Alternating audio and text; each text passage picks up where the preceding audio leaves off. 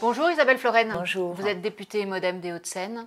C'est l'idée pour le Brexit. Vous avez travaillé à Bruxelles, vous avez travaillé sur l'Europe. Une réaction personnelle?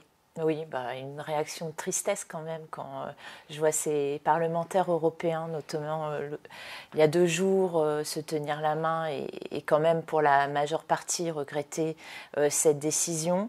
Et puis oui, parce que les Anglais, les Britanniques à Bruxelles, c'était des personnalités importantes dans les institutions européennes. En tout cas, à l'époque, je l'ai vécu, mais ça l'était.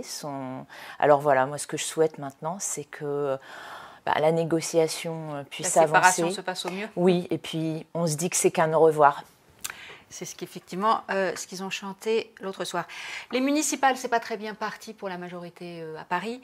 Le Modem a exprimé cette semaine son soutien officiel à Benjamin Griveaux, sans un enthousiasme délirant de la part de François Bayrou, qui a toujours dit d'ailleurs qu'il aurait préféré une solution Agnès Buzyn ou Jean-Louis Borloo. Benjamin Griveaux, c'est un mauvais candidat? Non, c'est ce qu'il faut maintenant, et c'est ce qui a été dit par le Modem dans son communiqué de presse. Maintenant, c'est un rassemblement le plus large possible pour gagner. Voilà ce qu'a toujours souhaité le Modem, notamment à Paris. Ce que le Modem souhaite en général, c'est de se rassembler autour des meilleures personnes et du meilleur projet. Les discussions avec Benjamin Griveaux ont été longues, ce qu'on peut regretter. Maintenant, elles aboutissent, j'espère bien. Pas totalement terminées non plus. Pour gagner maintenant, pour en tout cas passer à une nouvelle étape pour Paris que souhaite, je le pense, une majorité de Parisiens. Maintenant, le scrutin parisien, il est, comme disait François Bayrou, et il nous l'a dit, il est sauvage, parce qu'il n'y a pas la même proportionnelle que dans les autres villes françaises. Et donc, ce n'est pas arrondissement qu'il faut maintenant. Avec une prime pour les gros arrondissements. Absolument. Mais justement, ça ne se passe pas très bien entre La République En Marche et le Modem dans le 16e, dans le 15e gros arrondissement et le 6e.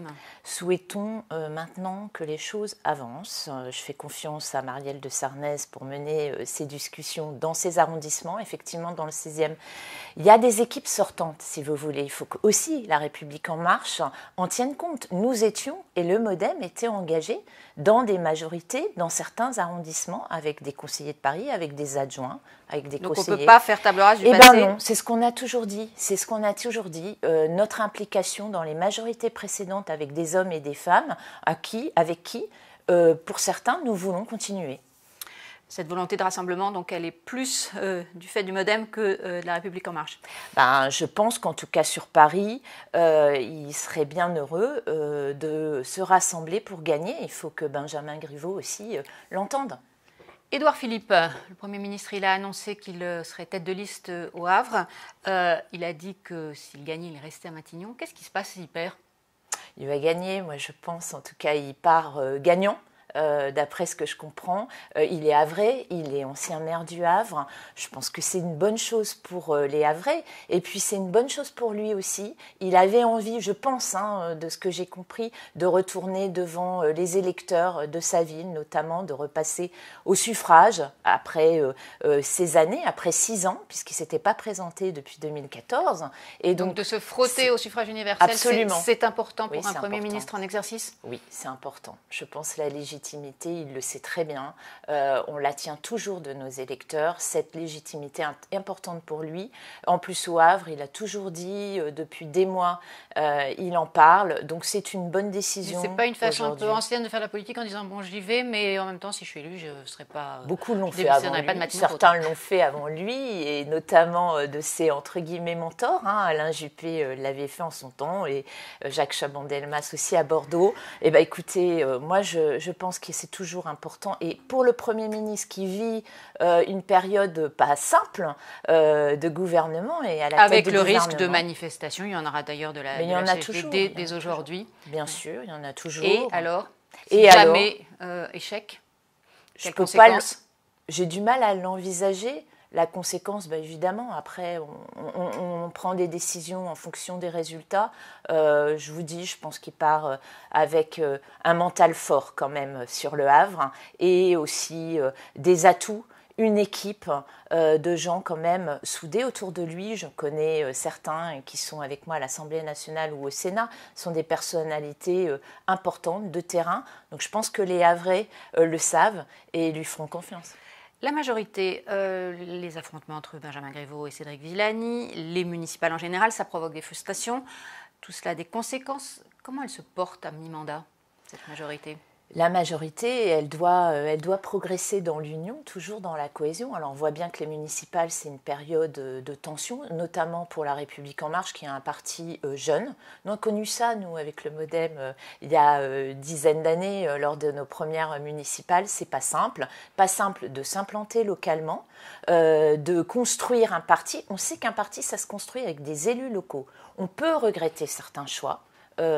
Notamment chez moi, je suis candidate à Suresnes.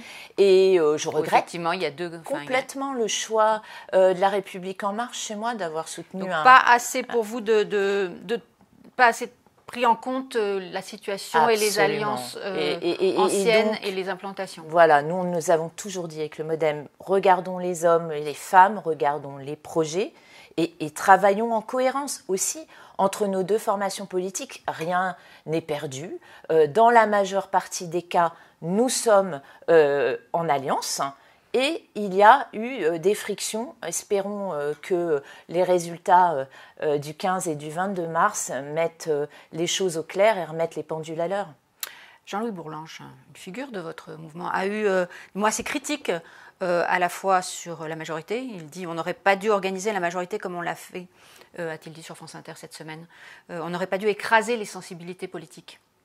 Oui, alors ça, Jean-Louis Bourlanges, que je connais bien et que j'apprécie, qui est un de mes collègues des Hauts-de-Seine, a toujours une parole très libre et c'est ce qui fait également son talent. Mais l'analyse est juste. Je ne pense pas. Moi, je trouve qu'on aurait toujours espéré avoir plus d'élus pour, je parle de notre formation politique, notamment le MoDem, mais on a toute notre place dans les débats. Vous ne vous sentez pas écrasé? Pas écrasé.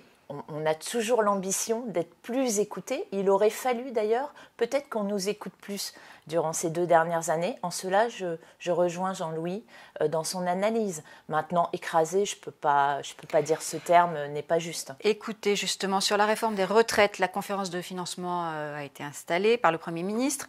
Le consensus, il va être compliqué, voire impossible à trouver sur le financement, avec un délai très court.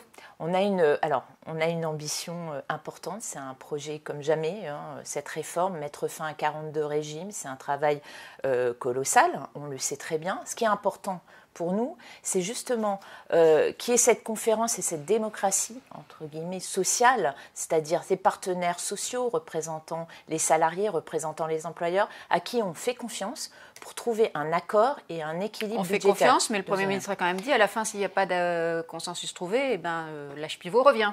Oui, il l'a dit, mais en mettant des nuances et en disant qu'on consulterait quand même à cette occasion aussi les partenaires sur l'aboutissement. Moi, je dis qu'on doit leur faire confiance, qu'on a déjà vu des propositions et de la CFDT, notamment Laurent Berger, qui s'exprime, qui met les conditions de cette discussion. Je trouve que... il a raison de vouloir d'abord trancher les questions de pénibilité, oui, de retraite progressive, oui, il a avant raison, de parler véritablement...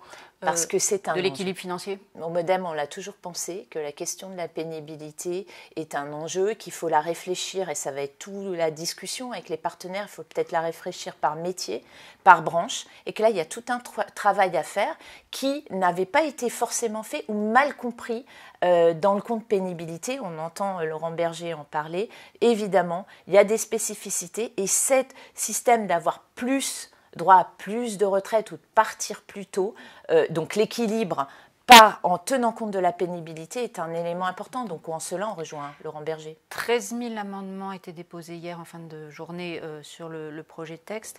Ça va être très compliqué, cette discussion à la fois à l'Assemblée sur le projet et la conférence de financement en même temps.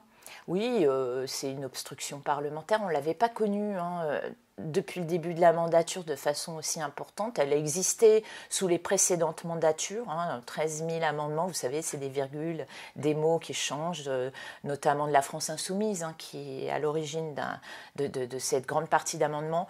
Voilà, maintenant on a aussi les moyens parlementaires d'avancer sur ce texte, et le président de l'Assemblée nationale, Richard Ferrand, est déterminée à tenir le calendrier. Et la majorité restera soudée. Et la majorité doit trouver des accords. Le MoDem aura toute sa part sur ces questions, notamment de gouvernance, de pénibilité, comme je le disais, et sur la question également des droits acquis et la question des pensions, et d'inscrire dans la loi que les pensions ne baisseront pas. Vous voyez, on aura peu d'amendements, contrairement à nos collègues de l'extrême gauche. On aura peu d'amendements, mais on aura des amendements auxquels on tiendra. On a la question des familles aussi.